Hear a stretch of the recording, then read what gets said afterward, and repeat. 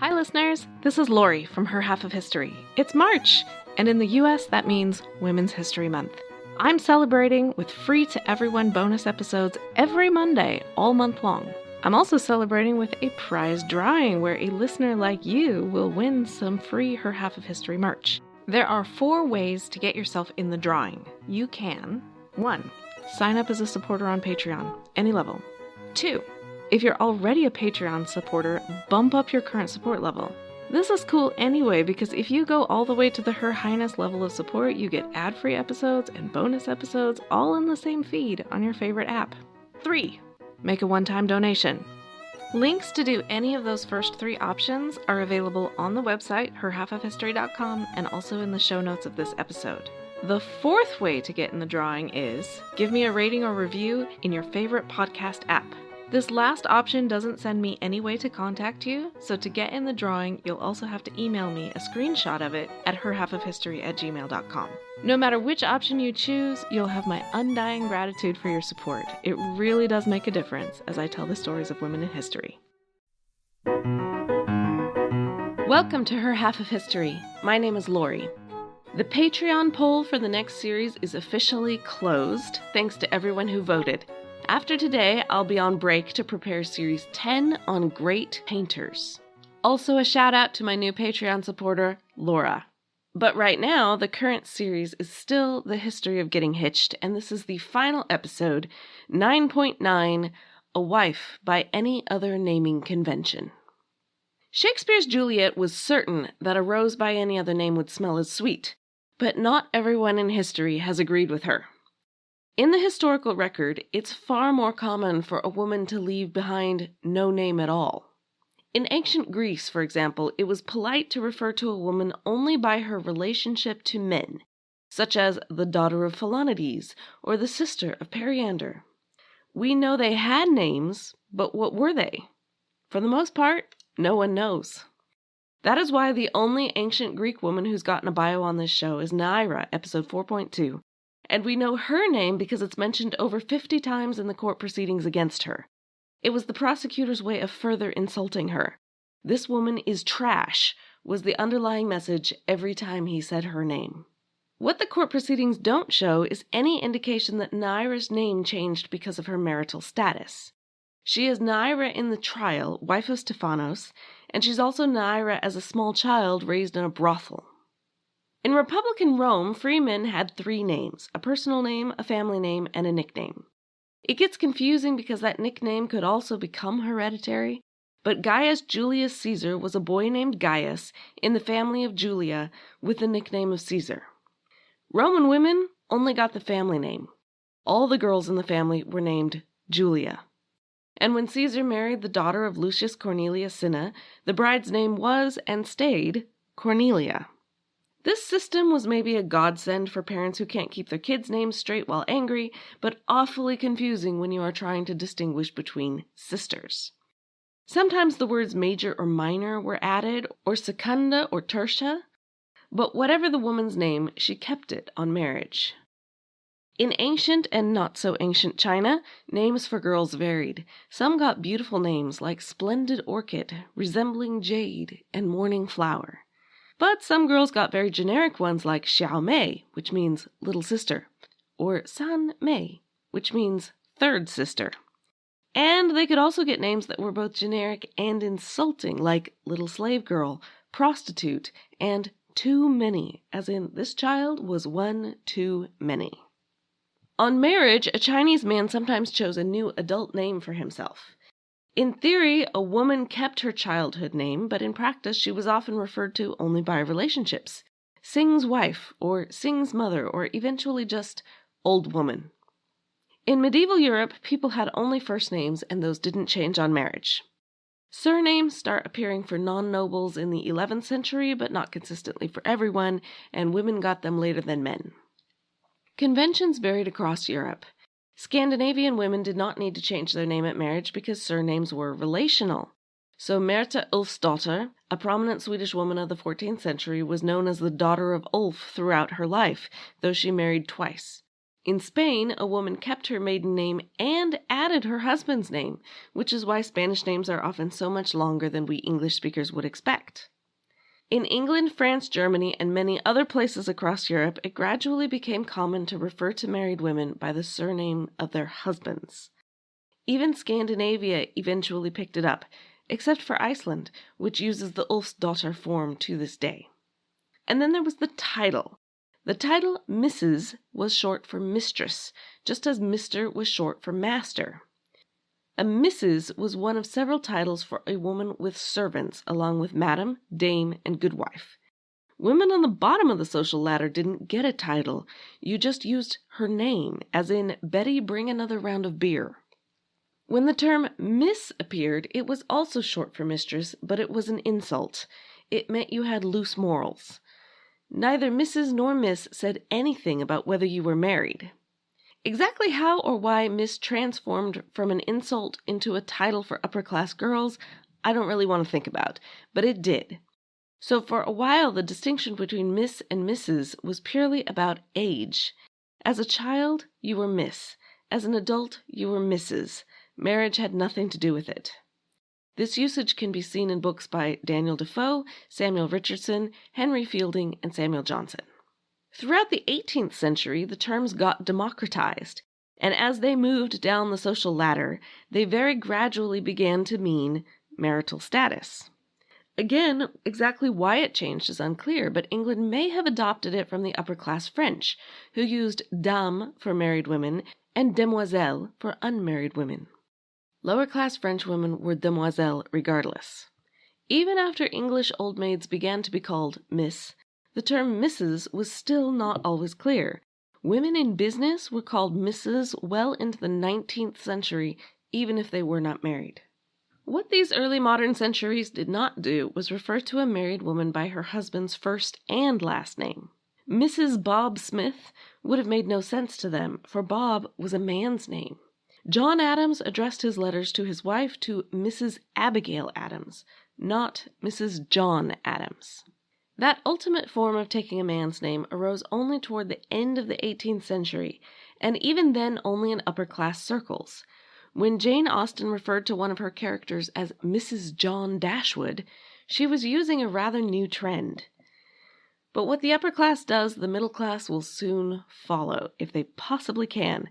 And by the 1830s and 40s, that usage was fairly common, and a newly emergent women's rights movement was beginning to ponder the implications. As in so many other things, the most extreme reaction was in France. In the 1830s, the Tribune des Femmes was a newspaper where all the journalists were women, and not only did they not use their married names, they didn't use their birth surnames either, because those too were a symbol of the patriarchy, having come from their fathers, not their mothers. One of the editors, Suzanne, wrote, "A man's name seems to my independent spirit to be a yoke too heavy to bear. I have disposed of it." The newspaper didn't last long. In Germany, the women's movement was not so organized, but Countess Ida von Hahn certainly had something to say about the name issue. In her novel Der Rechte, the heroine says the practice is barbarous, comparable to a man stamping his name on his property, and this was not mere fiction to the Countess. She had already married her cousin, which, assuming you do it on the right side, means that your maiden name and your married name are the same. It simplifies everything. However, the Countess didn't see it that way. She chose to keep her maiden name and hyphen it with her married name, becoming Countess Ida von Hahn, and that is still how she is known today. Over in America, the signatories to the 1848 Seneca Falls Declaration all used their last names, whether bestowed on them by father or husband. But they used their own female first names, and no Miss or Mrs. was involved, just the names. The first name issue was a real point for Elizabeth Cady Stanton. She was married. Cady was her maiden name, Stanton was her husband. She was fine with all those names, but she categorically refused to be Mrs. Henry B. Stanton. In her own words, she said, "I have very serious objections to being called Henry. There is a great deal in a name. It often signifies much and may involve a great principle. Ask our colored brethren if there is nothing in a name. Why are the slaves nameless unless they take that of their master? Simply because they have no independent existence. They are mere chattels with no civil or social rights. Our colored friends in this country who have education and family ties take to themselves names. Even so with women. The custom of calling women Mrs. John this and Mrs. Tom that, and colored men Sambo and Zip Coon, is founded on the principle that white men are lords of all. I cannot acknowledge this principle as just, therefore I cannot bear the name of another.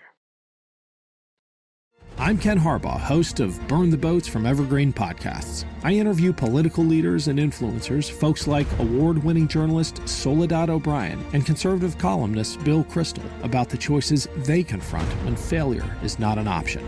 I won't agree with everyone I talk to, but I respect anyone who believes in something enough to risk everything for it. Because history belongs to those willing to burn the boats. Episodes are out every other week wherever you get your podcasts. Elizabeth's qualms about being labeled did not extend to her surname. That fight was left to the activist Lucy Stone.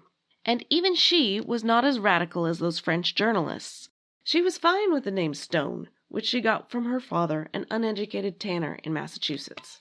Lucy decided young that she had no interest in ever marrying, which was pretty much a stupid decision since there really wasn't an economically viable alternative in her community.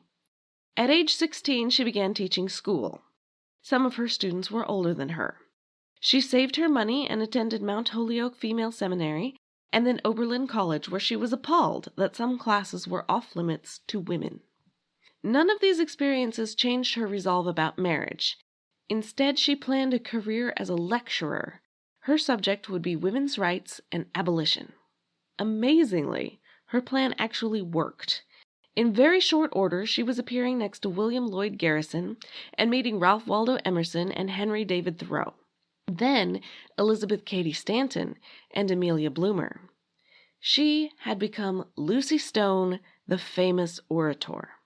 So when a down-at-heel merchant named Harry Blackwell heard her speak, finagled an introduction, and proposed marriage within an hour of meeting her, she said no. But Harry was not one to give up. Lucy traveled constantly, and everywhere she went she'd receive a long and passionate letter dismantling all her objections.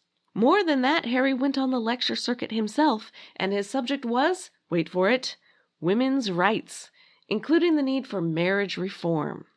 Harry and Lucy began touring together. Harry promised that their marriage would be different. Lucy could keep her career. They would be equals.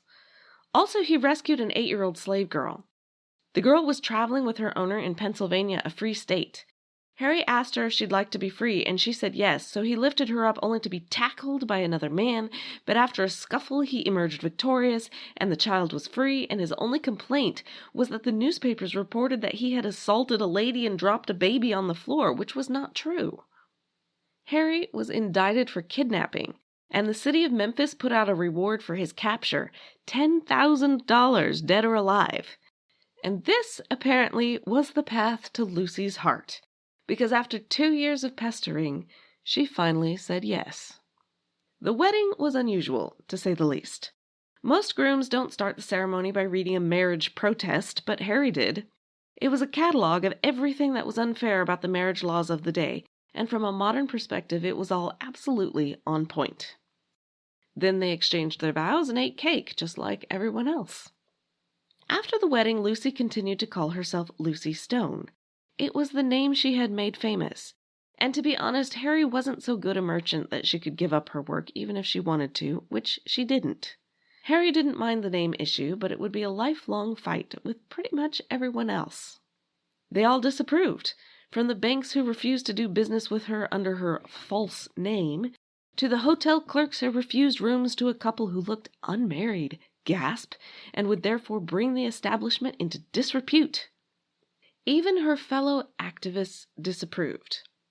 The mainstream had always suspected that women's rights activists were unnatural, hell-bent on destroying the very fabric of family life, and now they had proof. Lucy Stone was destroying the norms of family life. To those who didn't know about the wedding, it looked like she was flagrantly living in sin. And to those who did know about the wedding, she was headstrong and rebellious and unwilling to play the part of a wife. It would all lead to trouble, and she should give it up. The only activist who supported her was Elizabeth Cady Stanton. Lucy did not concede, but she did allow the issue to recede. She allowed the name Blackwell on legal documents when required. She signed hotel registers as Lucy Stone, wife of Harry Blackwell, to make everything clear and morally correct. She signed letters as Lucy Stone, but she campaigned on other issues. Like most suffragists, she had decided the vote was most important. If women could get the vote, all other wrongs would get righted afterwards. So it is just ironic that when Massachusetts gave women the right to vote in school board elections in 1879, Lucy Stone did not vote. She intended to. She registered. The clerk made no fuss about listing her as Lucy Stone. He had that name on record, as she had paid her property taxes for years that way. The government had been perfectly happy to accept her money under whatever name. But they were not happy for her to vote under any name.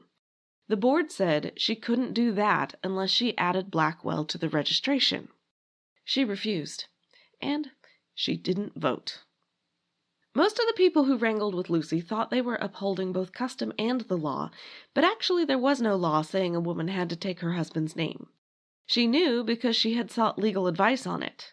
English common law, the basis of American law, actually specified that the legal name was whatever a person was generally known as, and could change for any reason.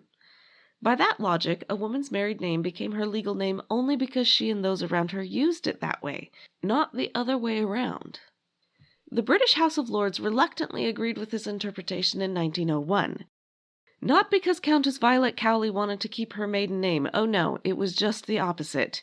She wanted to continue to call herself Countess Cowley even though she had divorced Earl Cowley. It was more prestigious than her maiden name. The Earl was not amused, but amazingly the House of Lords ruled against one of their own. The lady had a legal right to use whatever name she wanted. Even rarer was a man who agreed to take his wife's name.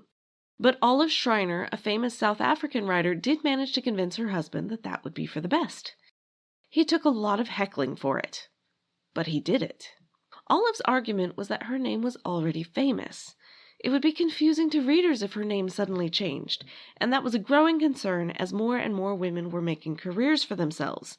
No one expected men to professionally rebrand themselves midstream just because they got married. Why should women have to? The arguments of fairness and equality had been raised many times. But in 1911, Charlotte Perkins Gilman published an essay that raised all of the above plus a new argument. She said it was flatly none of the world's business whether a woman was married or not. A man had a constant name and title, women should have the same. Who cared if the world thought they were living in sin? That was their own private decision. In 1921, a group of married women got together and formed a group to lobby for women keeping their maiden names. They called themselves the Lucy Stone League. Several of them knew how to work the press, so they got the news out, and soon members were known as Lucy Stoners. They enjoyed a brief vogue in certain circles. Famous Lucy Stoners included the anthropologist Margaret Mead and the painter Georgia O'Keeffe. You'll be hearing more about her in my next series. While the League agreed on maiden names, they disagreed on everything else, like Miss versus Mrs. and what surname did the children get. And they were a very long way from being a dominant cultural force. Emily Post's first book on etiquette appeared in 1922, only 1 year after the Lucy Stone League was formed. Emily Post was definitely not a Lucy Stoner, and she got a lot more converts. The truth was that most women simply did not agree. If they thought about the naming conventions at all, then they were proud to take their husband's name. It was a symbol of love, and it was also a symbol of accomplishment. For many women, marriage was the signature accomplishment of their lives. Even if you agreed that the custom was unfair, even if you didn't care if the world thought you were living in sin, even if you had accomplishments of your own to celebrate, your family and relationships still depended on not injuring your husband's ego. And for most men, it would be injured. Being the wife of a famous man was an honor. Being the husband of a famous wife just wasn't. And any woman who could argue for her own name was going to be at least locally famous. The Lucy Stone League dwindled after a few years. and then reformed in 1950, and then dwindled again. The issue reared up again in the 70s, when another generation of women tried again and had basically the same problems Lucy Stone had faced a century earlier. The most egregious may have been the 1973 ruling of Judge Joseph Kennedy in San Francisco. Janice Banks was getting divorced, and she wanted her name changed back to Janice Christensen. Judge Kennedy said, "I would advise Mrs. Banks that a rose by any other name is a rose just the same. It doesn't make any difference what your name is." If it made no difference, then why did he follow that up by refusing her petition? She remained legally Janice Banks. But the women of the 70s did succeed in bringing attention to the issue. In 1975, only 2 to 4% of American women who had graduated college kept their maiden name. The rates rose sharply in the 70s and 80s and then declined in the 90s, so that in 2001 it was just below 20%. I don't have numbers for non-college graduates, but their rates would be lower. That's certainly much more than when Lucy Stone kicked up a fuss, but a whole lot less than a lot of activists had believed would be the case a full century after women got the vote. The 70s also saw women adopt a new title, Ms. The title wasn't new. Centuries earlier, it had been one of the many unstandardized abbreviations for mistress, no different from Mrs. In the early 20th century, it was proposed a few times as a neat and tidy way to sidestep the morass of judgment and uncertainty about whether you should use Miss or Mrs., but it did not catch on. Activist Sheila Michaels promoted it in the 60s, and Gloria Steinem heard her on a radio interview and decided to name her 70s feminist magazine after it, which is what brought it to national prominence. Despite a lot of complaints that it was ugly or ghastly or totally useless, it is still with us. And indeed, it is the safest way to go. The Emily Post Institute lists it as an acceptable form of address for women regardless of marital status.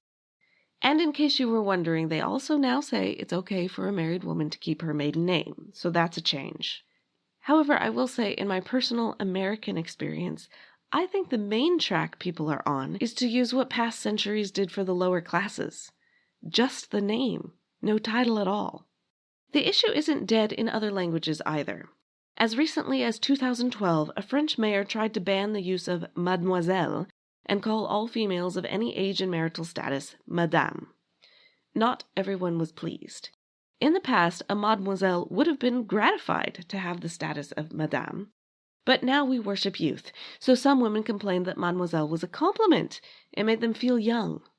Even today, most English-speaking women change their names on marriage, 70% in the US and 90% in the UK. The numbers don't change much with the age of the bride. Most of Western Europe is the same, except in Iceland and Spain, where the naming conventions have always been different, and also in the Netherlands and Belgium, where a woman cannot change her name at marriage. It's illegal. It's also illegal in Quebec and Greece. In Asia, the whole idea is still mostly a foreign concept, except in Japan, where your marriage isn't legal unless you share a name. And yes, it's overwhelmingly the bride who changes her name. There are a variety of reasons to do it, from not liking your birth name to disliking administrative confusion for your family. But for most couples, it's about commitment to the union. Having one name is symbolic of becoming one family. Throughout this series, it has been obvious that no matter how forward-thinking and progressive people might be in other areas, when it comes to a wedding, most people like a little tradition. That's why I think we'll be seeing women take their husbands' names for a long time to come, just like they will wear white dresses and diamond rings and wait for the man to propose. My major source for today was Una Stannard's Mrs. Mann. You can see the other sources plus pictures and a transcript at herhalfofhistory.com. I am officially now on break to prepare the next series on great painters, a topic chosen by my Patreon supporters. And speaking of Patreon, go sign up, because I will be dropping bonus episodes even during the break. You will also find me on Twitter at her_half, or on Facebook, Instagram, and Patreon as Her Half of History. Keep your paintbrushes at the ready and join me in April for Series 10. Thanks!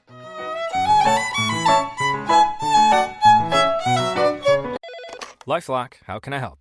The IRS said I filed my return. But I haven't. 1 in 4 tax-paying Americans has paid the price of identity fraud. What do I do? My refund, though. I'm freaking out. Don't worry, I can fix this. LifeLock fixes identity theft guaranteed and gets your money back with up to $3 million in coverage. I'm so relieved. No problem. I'll be with you every step of the way. 1 in 4 was a fraud-paying American. Not anymore. Save up to 40% your first year. Visit LifeLock.com/podcast. Terms apply.